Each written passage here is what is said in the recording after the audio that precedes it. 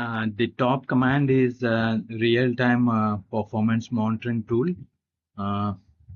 in Linux. This will display all the running processes, the CPU usage, memory usage, etc. To launch the tool, click on the terminal window. Issue the following command and hit enter.